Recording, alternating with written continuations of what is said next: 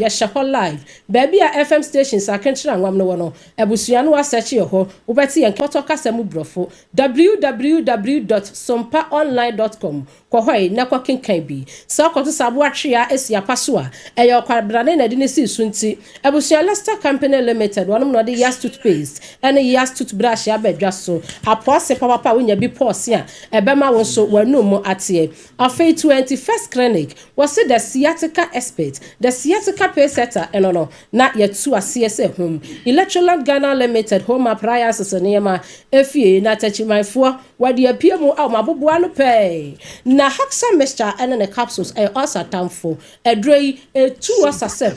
wanom ani adofo a wamaso yesene ema minute no aduasa ya de pram tuber kase esum original yi apasmaka dihye Abena Badu Adepa Kwofie ewe mene mebra Obrempong na KWAKU Ampomah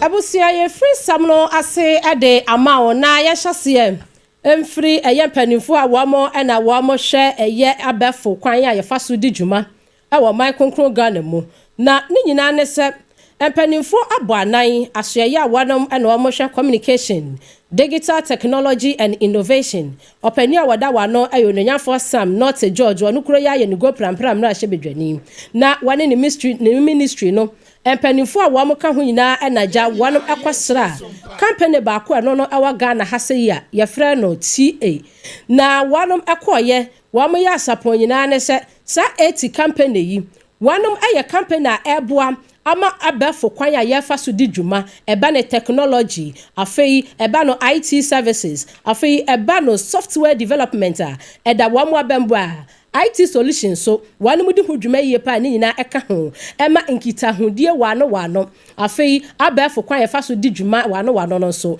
ekoso na ebre onyanfo Sam not George ene ne mpanifo ekopie mo ho no na mpanifo de tu wanim se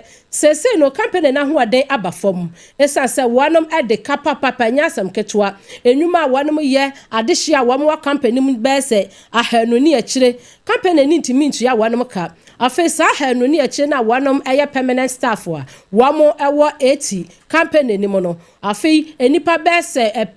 empem akire na wamo depend wamo enti sese ni de aban no ekwakoso wanom asene na wamo atumi adidwuma bom ni nyina afankita hodie ene digital technology hun sensem ya na ebre onyanfo Sam not George ene Sam trofo kasa no ne samu a wade tu dwa ba akopan so ebio ne sei o mampani bo ne dini ese wo mehwe sa asoye ya no na wonfa nya adwuma yie how bi ekwochewa watumi asia no na wanka nkire ne se oba na bibi nkoyi a na edawano ne nkoyi o enti wande wo kesi su bipo ese bibi a atoche bia no obetumi ahwe no afix ne sam eni 80 is a troubled company, no questions about it. But 80 also has some of human capital and the telecom sector. And they've been able to navigate the very troubling and trying times they've had to face. We're committed to fixing the problem. We're committed to ensuring that this is dealt with once and for all. We're not going to gloss over the issues. There are very hard conversations that have to be had, very tough decisions that have to be made. We will take them to ensure that we save the company. We will take them to ensure that we protect the jobs of the 500 permanent staff of the company. And there are about 10,000 others who depend on the company. But most importantly, that the customers of the company get good value and a good customer service. There are huge debts owed. But at the ministry, we've started engaging with the creditors and we're trying to restructure that debt. Because if you don't restructure the debt, you are unable to attract the kind of investment that needs to be made. And then the sense and focus of the business as well have to be looked at as well. And so there are a few things policy-wise that we're doing. Like I said, I've not been appointed by His Excellency to come and lament. I'm supposed to fix the lamentations. And so we're working to fix the lamentation. We will fix it.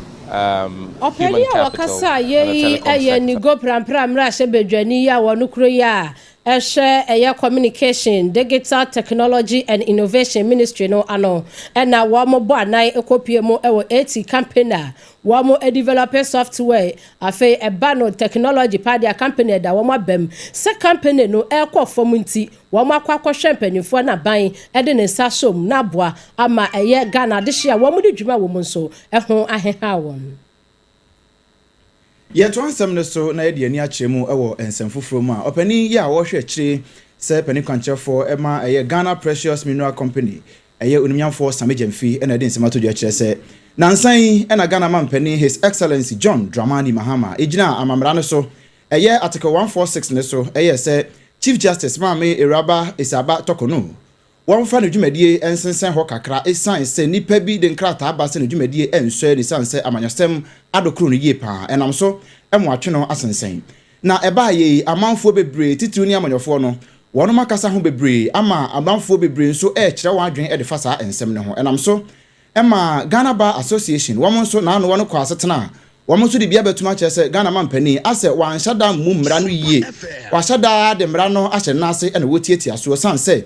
owe sene o ye no a ekamea ye sene wono ankasa no wonnim mra na wonnim sene obete mra no ase yie enam so wono krampo to tosere Ghana man pere se be ya sene watwen Chief Justice ne to akonya de ahonho no wansan fo na akonya ma no metena so no ni dwuma sene ye se na efata enam so yeru Samejemfi de na no ato nsem no bi kire se Ghana Bar Association wono ankasa no wono nse da nim mra no yie wono nim ne one kire na o kire mu a se wo munnimu a wo monko kenkan article 146 ni yie pa na won ntiase na won tiase a won behunu anamon a Ghana man pani His Excellency John Dramani Mahama watu no. Japamesa is right when he says that the GBA is entitled to express its opinions on matters of public interest as they deem fit. But what he fails to acknowledge is that the GBA is not the only institution entitled to express an opinion. And that when they express their opinion, we are also entitled to express an opinion on their opinion. And the opinion all the people you have referred to have expressed, which I share, is that the claim by the GBA that the president has violated Article 296C of the Constitution in suspending the Chief Justice, and their demand for that suspension to be revoked is mischievous, ridiculous, and disgraceful to say the least. Opinion on the opinion is that their opinion is ridiculous and disgraceful. It is not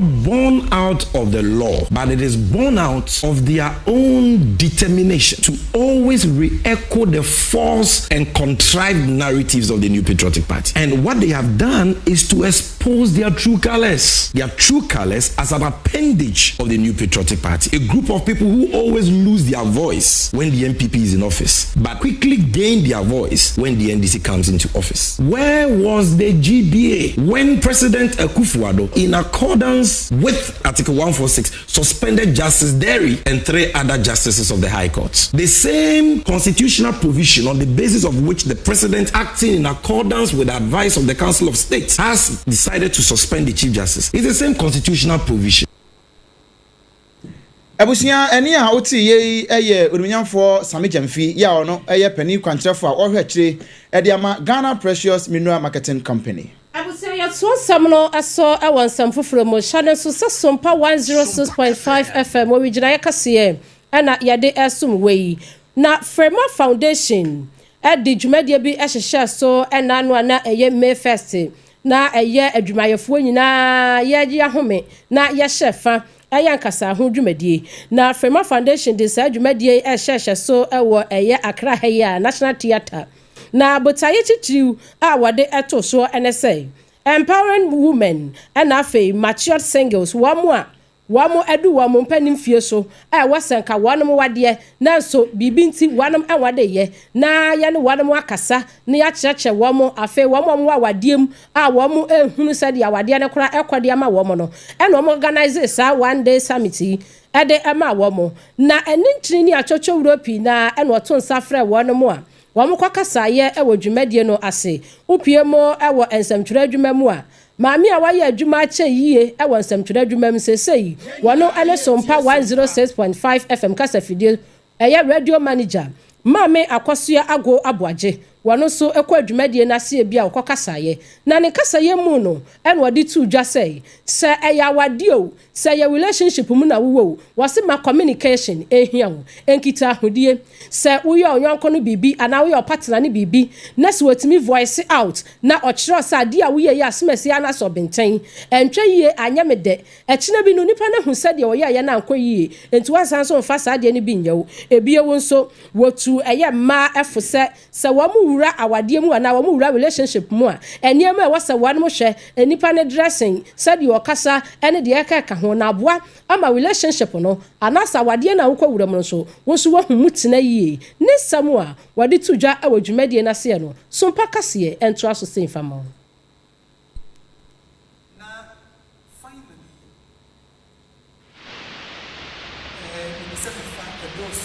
I wish to send them reading more books about marriage. It's always single now. So, because yes, I'm reading each other, we will not meet any challenges.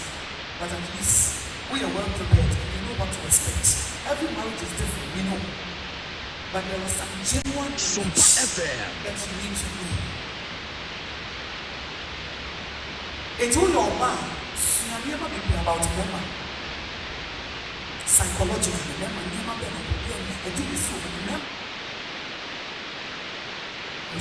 because I man remember you pain. It's in fact my you know remember you know worry. We are men so learn about the female species. The men dream say Obama said their emotions is just an idiot. Read books in your singleness. It's all to now. Why am I open now? Which is say I am a sana. A member one you, yes, and a man one you. Maybe this story, Papa be me and Papa be the bar.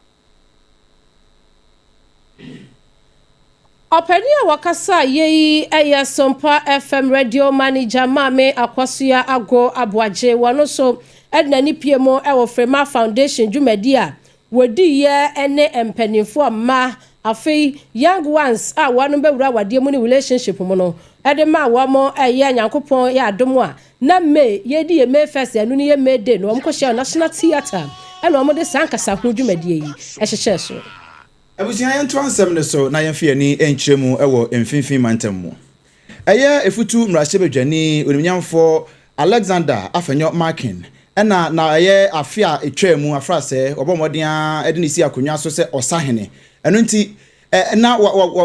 wadi saa mmerane no ɛyɛ ho adwuma nanso ɛnya ade a na ɔhyɛda ɛyɛ ho amammerɛ ne amaneɛ na afie ya aboa kyerɛ festival yɛ kɔ so ɛwɔ efutu ne mpɔtɛmo no ɛna obɔmɔden ɛde n'ani ɛkɔ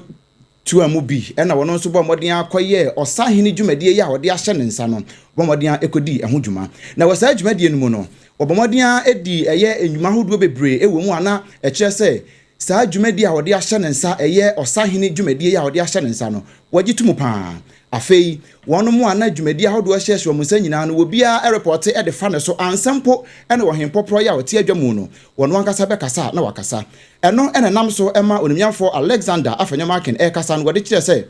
sɛ dwumadie a wɔn de ahyɛ ne nsa no wasom yie paa empo kamea yɛ sɛ enhyɛda nyɛ ɛbrɛ a wɔbɛtena akonwa so wɔ ahemfie na watoto ahemfie nneɛma deɛ nanso ɛyɛ ade a wasom yie na wɔbɛboa ama efutu ɛne ne mpɔtam nyinaa no enso atimi akɔyie paa bio nso wohwɛ dwumadi a wodie ɛwɔ mmarahyɛbadwa mu ɛne ne tumi a ekita no ɛwɔ mmarahyɛbadwa fie ɛne empo MPP amonyɔkuo no mu ɛne ne mpɔtam sɛnea ɔboa ama mpuntuo atimi akɔso ɛwɔ efutu ne mpɔtam no a na ɛkɔyie paa ɛno nti edi fata sɛ wɔde wɔsahene ɛde ama no bio nso wakaka ede atotɔ de ahyɛ sɛ ne mpɔtam ho nyinaa ne nipa ɛwɔ mpɔtam ɛne Ghana man nyinaa no yɛnka yɛn homom ɛmfa ɛyɛ abɔmbelete ɛmo yɛn baako sɛ praeɛ a ɛbɔmu esan sɛ sie ka yɛn ho abom ne yɛprempuntu a ɛyɛ ne yɛkɔ ntɛm dan sɛ yɛbɛtete yɛn ntam ne yɛde amanyɔsɛm ɛbɛtete yɛn ntam ne yɛka sɛ weewɔ benkum anaa weewɔ nifa bio nso ɛbaa yɛ a yɛfrɛ no ɔsahene Afenyo Markin ɛnyɛ sɛ ebi a ɔyɛ MPP ni nti anaasɛ ebi a obi nso wɔ NDC nti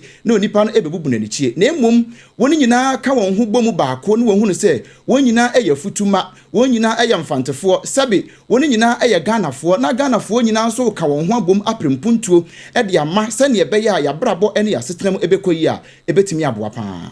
abusia ebetimi aboapa na ne asade na afutufo na nanom atena konwa wade mu kire mu no esa besa 300 years ni wasahini bia ne ho no mu a ya ka no fully participation pa sa aboa kire festival participate a na yo no nyamfo Afenyo Markin na kyese wa ya de omutwa ne puse na wonsam fufuro mu no ompanifo a wanom ewo brekum west ene wo ka wo ho bo mu na ne clean up exercise wo mu so wo mu tu kwala ya de ase afei wo mu tu typhoid sansa ya de mienu eye fipa ena deba na ne nansan mantam be se mienu upie mu won finfini mantamu afei atoya mantamu a yade ebe gentre ha na opani kese a wasoma de hia wanom ewo Brekum West abatu ampesu yaso semra hyebedwani ayo nonyafo Dixon kwabenachre na oka ne dom ebomu afei zumra yo mpanifo a wamo potam ho eka ne ho afei mansini abakrache enso atwi atoa bi a wanom nyina si montre eprapra Brekum West potam ho tete gatam twitwi babia ma babia atwa clean na wo wiye no ene wasensem twerefo momrai na memfa mensem enhyama no na monkwa be ema adehye ente wose NDC amanyoko ba wanom eba yeyi kanena na MPP amanyoko wo ho na wanom ededa ba ku bi esi wanom a eno no wo amse National Sanitation Day enti na bosumi bia na memene de di kan ena no wo amde sa adwumade enhyehyeso mantam bia mansini bia krosini bia ya no na ya prapra esiesie mu na NDC ba yeyi wo amso abehye kana ononyafo Dixon kwabenachre ensamni nyina ni ahonidie ene apomden kwan eboama oman etunton yewura asame osebreso for the National Sanitation Day by be mfie wotwini ban dada no by obeyi firi ho ena yewura asan ede abana ne entepie no no ma bibebo mu wo soro ho ama mpanfo ye se yemfa nko bosum ye di anim no na mom Brekum West mene me DC ni yempanfo de na ye ye ready for Sanitation Day be ma na baso enu ntina national one no kra maso ye ne jumla yomfo abeprapra nkwanshe na yebehwe na ya chegmadie num kena ama atumi aboa ama Brekum West enkanka district capital ginegine afana ntuma pesa ahonidie apomuden sika isane se one apomuden wuntumi nya adwumade ebema wanye sika yebesbente yema ahonidie nikan na akotro krunkrum ntokura na o say cleanliness is next to godliness na just ahonidie ene kronkron ade ba kremoni bribia obekwa bompa ye kwaje so ohuro ne nsa ne nan ho ukọ enuama bosomfo a they say enti ahonidie de emfa ho ne soma asom no ne asomwie kwan ye beboa mo yenya amodin e de asom man Ghana opani a wakasa ye eye opani kasi a wasoma de hia wanom ewo eye Brekum West abatu ampesu yaso semra hyebedwani ononyafo Dixon kwabenachre ni nyina ne se upie mu ewo ginegine ene ne potam ho wo mu kopie mu agenegine health center ekosie ho ne montene so kosiesie ho na okasa wie yachi no ena krosini bedwa akrache eye ononyafo asoma wano so se wonsam ka na de mpanimfo aye ni ho adwiri no afei wo bom mpanimfo ba so papa ewo ahonidie nsam a wo mu de wo ho ahyemu Sanitation Day aban hihye mu na nyamba so aye de ye fato ye ho so se enya aban na be kire en se ye ni ehuni asa ye di ehuni enti Brekum West Assembly na ye dwumadi a ye dada o se yare bebria ye nya o Brekum West ni nyina e fi enti Brekum West hihye ye mu no ye ni MP aka boma ye de yi bosumi bia memende di kan na si wo se ye be yin sisi enti ni ye uhu e justification se sisi ni na ye ba agene bro no so ye be wie na dengene health sector na be hwedwuma so na Jimmy Lion fo boy ma yetimi aye wo ha obi o twam bia boy abaso aminim se enka ha ebeto aso aye esi se yebehu se Brekum West ebetimi agi abodi Ghana nyina se bakuro a edi ne hu nipa na Brekum West district ononyamfo asoma eye krosini bedwa krache ya wasoma de hia wanom ewo Brekum West abato empeso aso ene ono so kasa ye ni nyina ne se enra memene da no na eye me bosome ni da memenda na edikan enti no wo ma hyase a kyerese se no bosumi bia memene da edikan no wo ma siesie montene ne potem na aya ade a aka ho na aboa etufin ene nyade a efin edeba no ase firi potem ho we beda genegine for us oma ya ade oma ma program no ewie nkunimdie so honorable members yes you any tia MP so e kan ho amadwumadie no aye kama DC so ha director wa ha enije aba na program no so ye ni age na minte ekoso no ebe ye krabehwe Yono so kasa sesei eye owura boatia wupiemo ewo Brekum West abato ampesu yaso a wano ne pani a eba no environmental health adwumadie na wada wano ene ono so ekopiemu adwumadie na se bia wadena no disem atudwai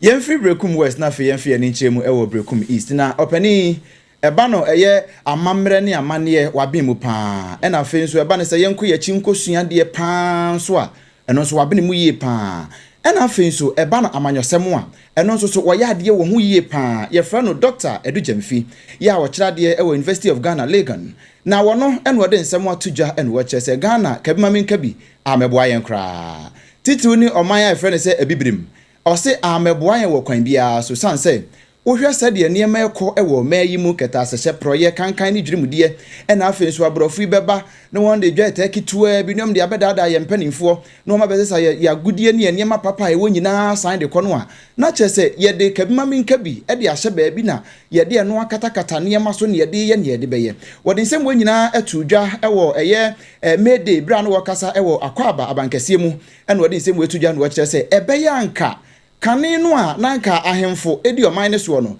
na wonte saa nneɛma wɔ ebi kura ɛwɔ ɔman yi mu nanso yɛto amanneɛ ne amammerɛ tweneyɛ ne yɛkɔfa akwasikɔkɔ democracy ɛde bɛto ɔman yi mu no ɛno ɛna akɔfa saa nneɛma wɔ nyinaa ɛde aba Democrats now are practically useless in many respects because in Africa, the military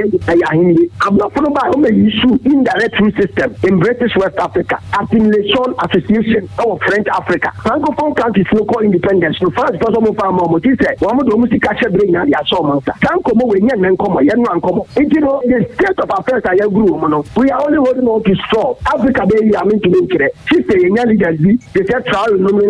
one more, I come temperament. They say, your women died because we be in Africa here, they come up for a year, they are non-conform period. If you leaders bizarre because you see, I'm not going to try to 47 I'm not being watching because what you're thinking is that you have no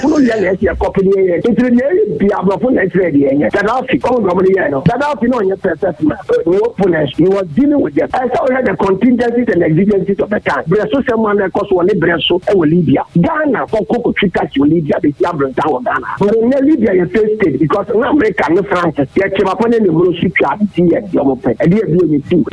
Libya, your mind view. Abusia eni ati ye Obenfo Edu Jamfi no amaneka sa no anso hɔ a wɔto aso kakra no wɔsehwɛ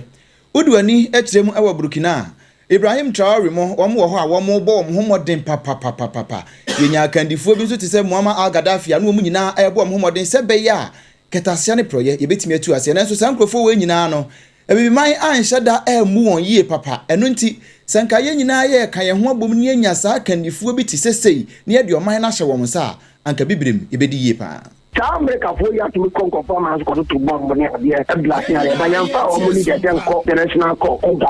more wanted. Let's catch America president and I say UK family. 1948, the international table under UN. You are no more for Mama, you are for you. A reformation of the UN. Yeah, you need independent. It's come my year.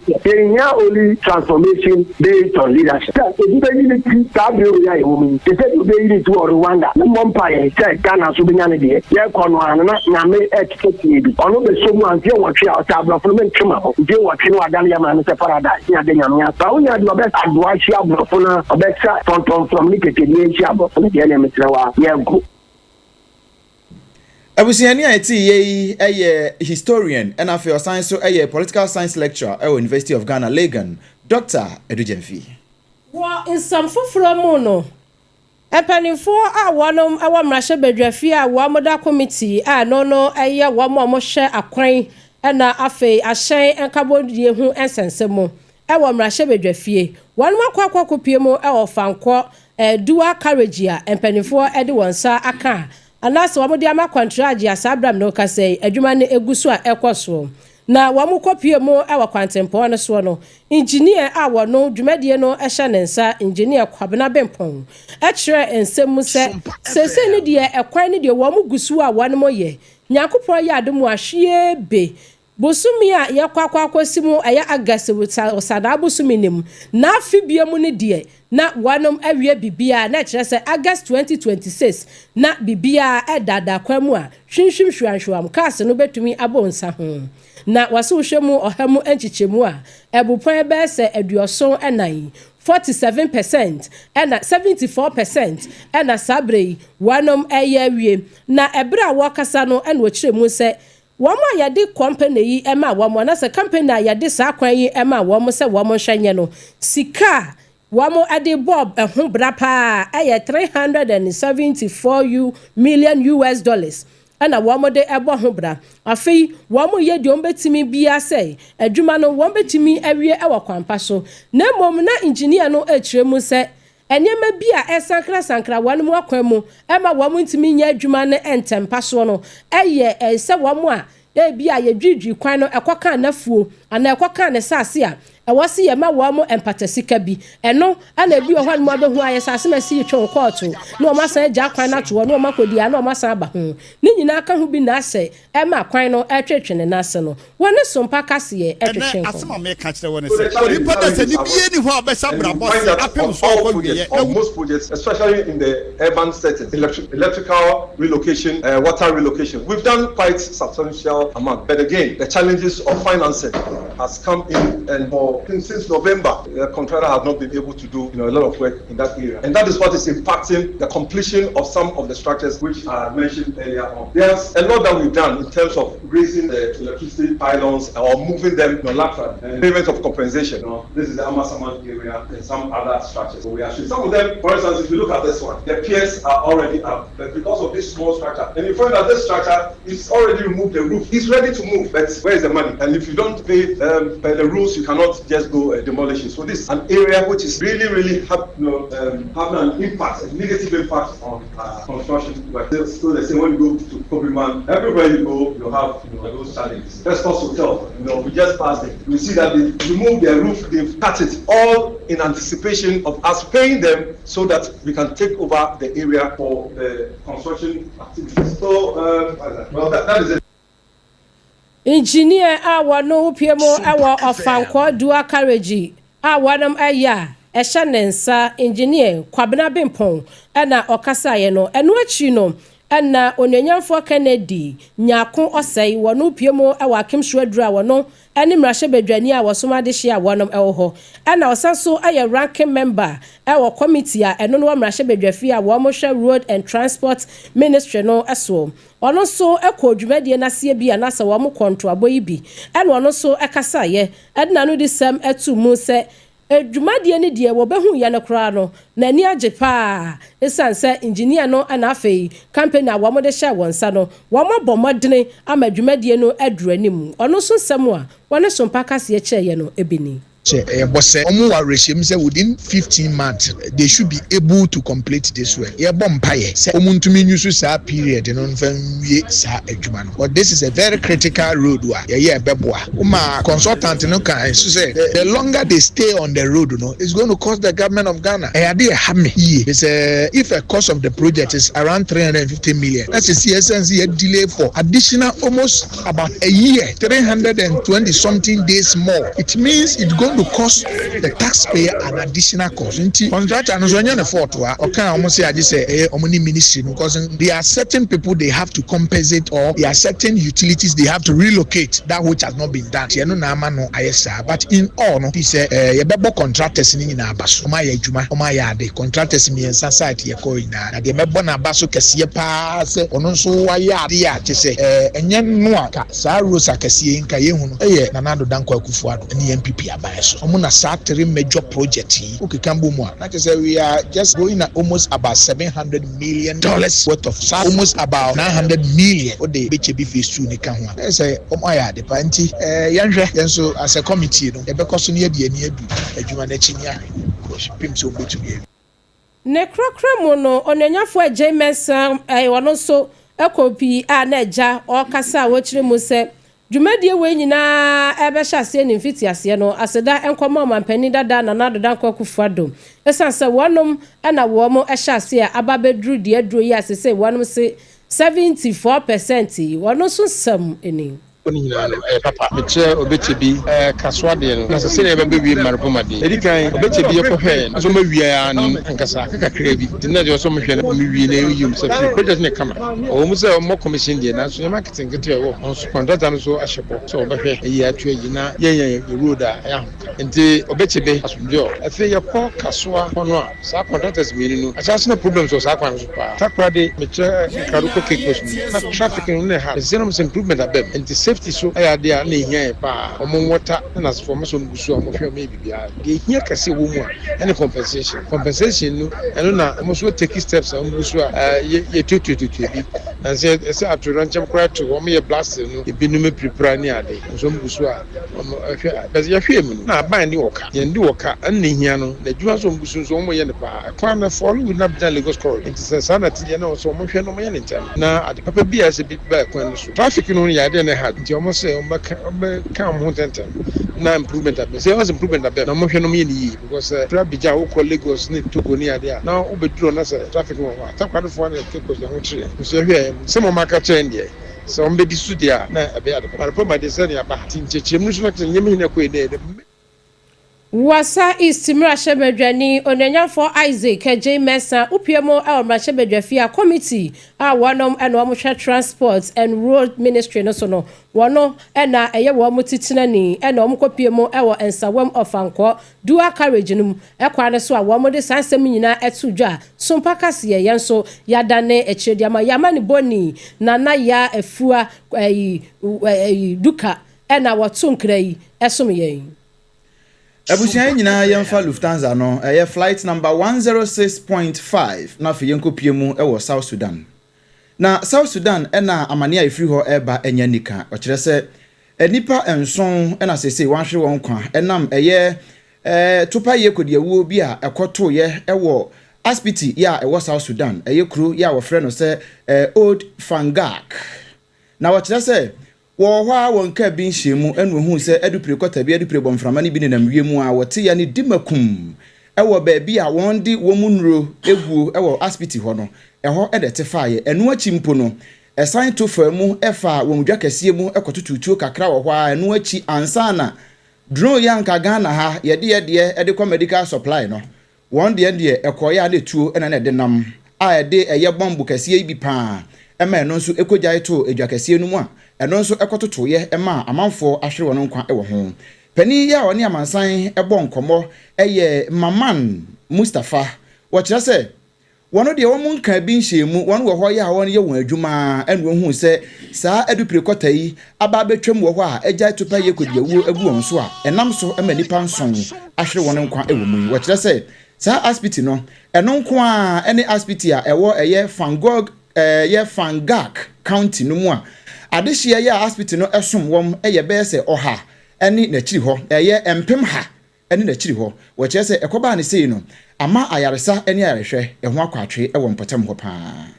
na ne ansana meso mekwa huntin mu no na asamu amdi kan ekan ya na no firi ma Shebedwafie fa wo fanko ana afei ensawam dual carriage ni mono yamani boni a woto nkra no ebre yen nana ya kyerɛkyerɛ esanse wono na bre ne bra no damra Shebedwafie a aya wode honsam esom yen na yakwakwa kopie mu Yemen empotam ho no monso eno so amani efiri ho ba no abusua enye de na ne nyina enese wonom se wupie mu Israel empotam ho no mo a enra anopa na ne yesa de wo mu hu yesa ekọ wiemhye na di akwani abasa di ache na no pai kwasi ada wonom so de ya wo mu hu ya ne se bia ya wonom eta pake wiemhye yi etuo bi akasa na etuo ne kasa ya enam so ma enipa enan wo mu eprepre mu odene afei nipa mienu so de ba bia wo mu da no aginyame eno so aya ahyenso de na empanimfo se wonom hu se footage bi enenam abefo ntentan fidie so a eno no wo nheda ehu bi ayepot ye firi anase nipa wo publish ye na wonum hu ya ne se enam se wonum atututuo ama enipa mienu ba bi a wo da na mu adene pa nan so de wo pra no ya man no wanse na Israel defense minister Israel Kazi wono ene samtwerafo ekasai ene wo se wo bibia da enam ne nsa so ama etuo yi ekasa ye nam so ema adehye be sensia ne akire wanum apre wo nkwa no wase we times 7 ɛna wɔn so ɛde bɛma wɔn sɛ wɔn hwehwɛ mu anu wɔn ho sɛ efiri asemasi A ɛna sɛ efiri asemasi B dia na nea de wɔn so wɔn bɛ take wɔn action no na mpanimfoɔ a wopie mu ɛwɔ Israel mpɔtam a wɔn bɔ ban gye ban ɛyɛ amfo asesifoɔ yi wɔn nso so wɔn de nhwehwɛ mu ɛgu akwan mu na wɔn ahwehwɛ mu baabi kura saa etuo yi ɛkasakasa ayɛ a sese no akɔsi fear and panic ɛwɔ mpɔtam hɔ yɛn nyina yɛ so na promto brɛ kase a yɛde sumu free Sompa 106.5 no yɛmu ni kɔm sɛ epen ɛnsɛm no de yɛde sumu bi ɛne sɛ nsawam ofankɔ duwa carriage no mpanimfoɔ sɛ 74% ɛnkyɛ ɔmbɛwi amegyamfi ɛnso ɛna watoto bi ɛde ama ɛyɛ Ghana Bar Association kyerɛ sɛ sɛ wɔn ntem mmara no ase a wɔn nkɔkan ne yie onanyafo asam not George so akɔpie mu ɛwɔ AT campaign mu ne nyina sɛ wɔn kɔ akɔboa ama adwuma na ɛyɛ aguo no wɔn asan so akenya ne bio sanso ɛna panin bi ɛde ato dwa kyerɛ sɛ Ghana ɛne yɛ bibiri mankasa no ɛyɛ kabima menka bi ameboa yɛn kwa abusuansa pii ka yɛn ho na awia yɛsi adwa yɛde so mo hyɛ no so sɛ etwɛe egu Adamfopa radio ɛno no all Paris France abrochimem ayiko FM 100.9 Kumase kro na 93.1 ɛyɛ Sompa FM afei takwa ɛyɛ 101.1 takra den so ɛyɛ Sompa 103.3 Tachiman 106.1 Sonyane 98.9 Kranza so yɛ 90.7 afei do mahinkro ɛyɛ 101.3 udi koda no so yɛ twegu ho afei Facebook ne adamu live and afei YouTube no so ɛyɛ Sompa FM live www.sompaonline.com ɛyɛ website ya yɛsɛmufoɔ pani owura taboate adamenti wakukyire ne nyina de agu ɔkwae na kwakenkan bi ya Lasta Company Limited wase choose yas toothpaste and yas toothbrush na wase odi choose me patcho Kumasi ha say no anase nkran ha say no upe bi ato ɛyɛ yas toothpaste and ne brush no ebia Accra number no ɛyɛ 0501 619 588 and Kumasi ɛyɛ 0501 390 338 na penifo amount yas product ni bi ento 21st clinic se wasa yade bia bi na mom sciatica no eno ne yade ayakwada de mu yi esase ye nyekwohwe ye eyipie ye the sciatica originator the sciatica pace setter the sciatica commander the sciatica researcher busua entina sa to ase no bra no bia atwo wimwimwim bra ne entu ni se hum enfama wo enkrobata no edos bubrija matam dunsia ni nyina ye wo ba bia na kran ha Tantra hill runabout once a billboard because a samboard esi kwan no boyi bowura honom na yen show brekum go so ye wo ho afei obo aseta kwatakra den Kuranza Tachiman